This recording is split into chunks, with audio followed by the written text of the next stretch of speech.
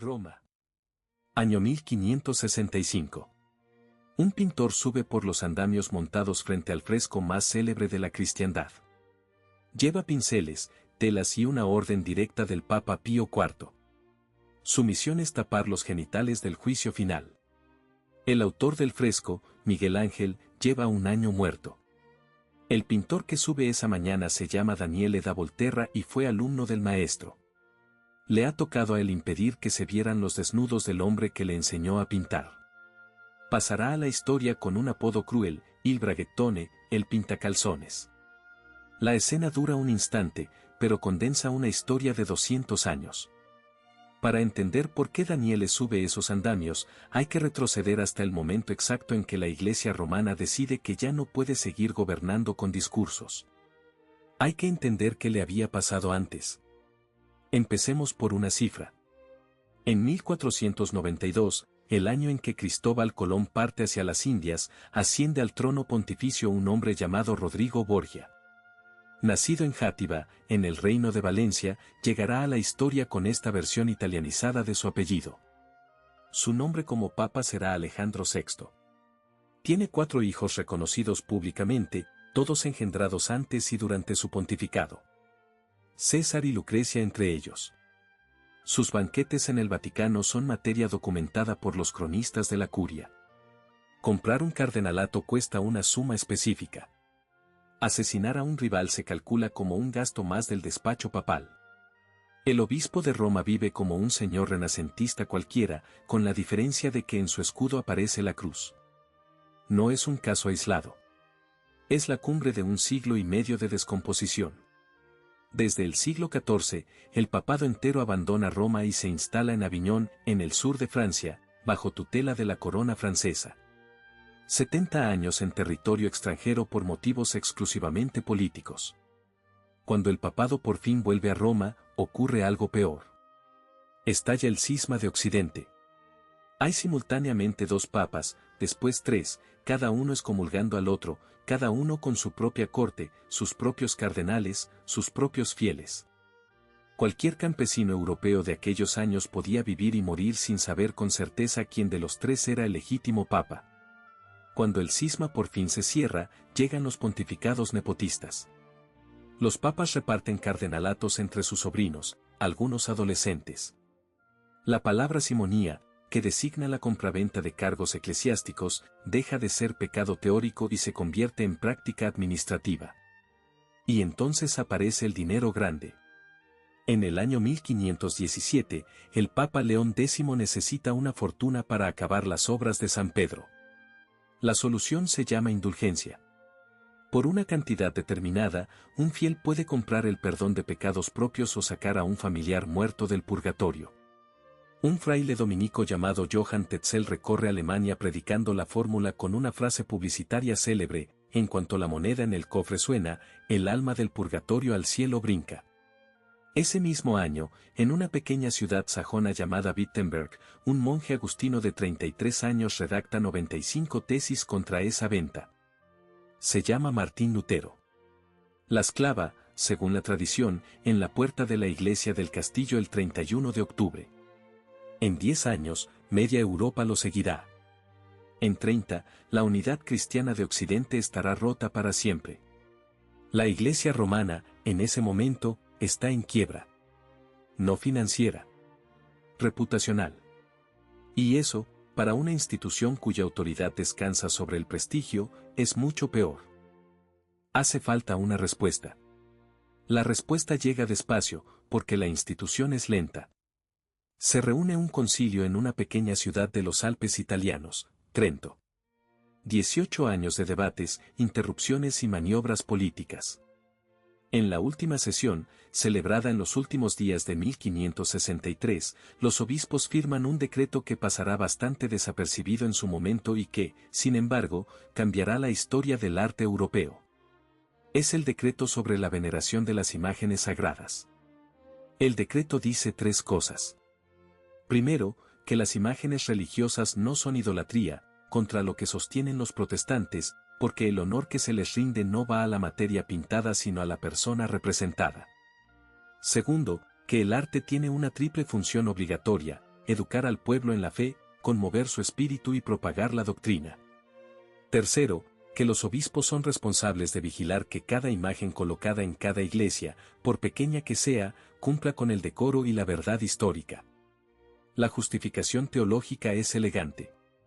Si Dios se hizo hombre, dicen los obispos, entonces se hizo visible. Y si se hizo visible, puede ser representado. Pintar a Cristo no ofende a Dios.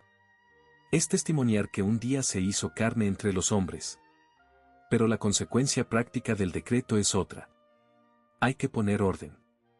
Y poner orden significa censura. La primera víctima ilustre es el juicio final de Miguel Ángel. La obra fue encargada por el Papa Pablo III a comienzos de los años 30 y terminada 7 años más tarde. Lleva 22 años en la pared del altar de la Capilla Sistina cuando se firma el decreto. Tratadistas como Giovanni Andrea Giglio piden directamente que se borre. El propio Pietro Aretino, 18 años antes, había escrito una carta al maestro acusándolo de pintar una obra propia de un burdel y no de un templo. Miguel Ángel se libra de la furia por una cuestión de calendario. Muere en Roma a los 88 años, tranquilamente, de vejez. Un año más tarde, el Papa Pío IV ordena la intervención del fresco. El encargo recae en su antiguo discípulo, Daniele da Volterra, que sube los andamios y pinta calzones, hojas de parra y túnicas sobre los cuerpos de su maestro. Santa Catalina de Alejandría, que estaba representada desnuda, es repintada por completo. La figura de San Blas, inclinada sobre ella, se modifica para corregir la postura. La operación se repite por toda Europa católica. Roma instituye una vigilancia episcopal sobre cada nueva pieza antes de su colocación. Ninguna imagen desusada y nueva, dice la fórmula técnica, podrá exponerse sin licencia del obispo. El control llega hasta la última ermita rural a través de los sínodos diocesanos. En España, el monarca toma cartas personalmente. Felipe II encarga al cronista real Ambrosio de Morales unas notas que indiquen a los pintores de la corte cómo representar a los santos con acierto. La instrucción no pide piedad. Pide heroísmo. La Iglesia, dice el rey, debe verse fuerte, militante, viril. Cuando llega a sus manos el descendimiento de la cruz pintado por Rogier van der Weyden un siglo antes, el monarca ordena que la tabla se restaure sin que nadie toque los rostros ni las expresiones de dolor. El fondo, las vestiduras, lo demás. Pero el llanto se queda intacto. Porque el llanto, en una imagen, es lo que hace doblar la rodilla al fiel. Y aquí empieza la parte más interesante de toda esta historia. Porque la Iglesia, sometida al decreto y a la censura, podría haber producido únicamente arte dócil y aburrido. Lo que produjo, en cambio, fue uno de los siglos más extraordinarios de la pintura occidental. Lo que llamamos hoy el barroco católico. A finales del siglo XVI, en una pequeña iglesia de Roma dedicada a San Luis de los franceses, un pintor de 28 años llamado Caravaggio entrega su primer encargo público. La obra se titula Vocación de San Mateo.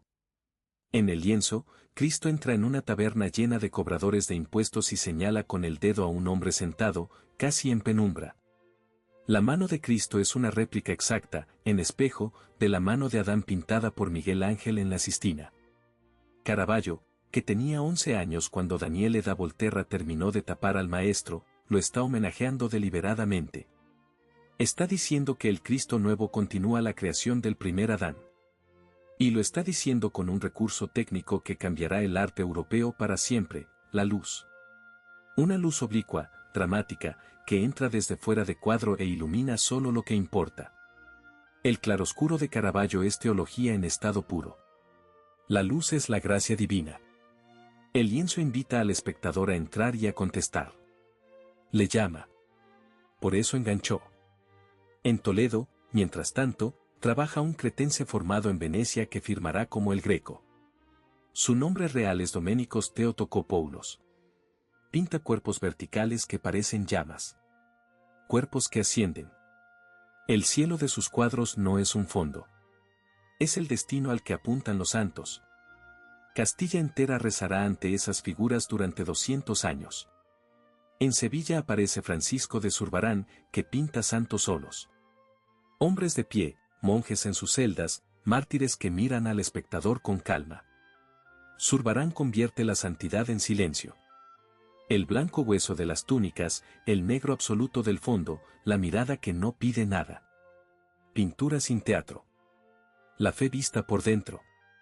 A su lado pinta Bartolomé Esteban Murillo, el que regaló a la Iglesia española su rostro más amable.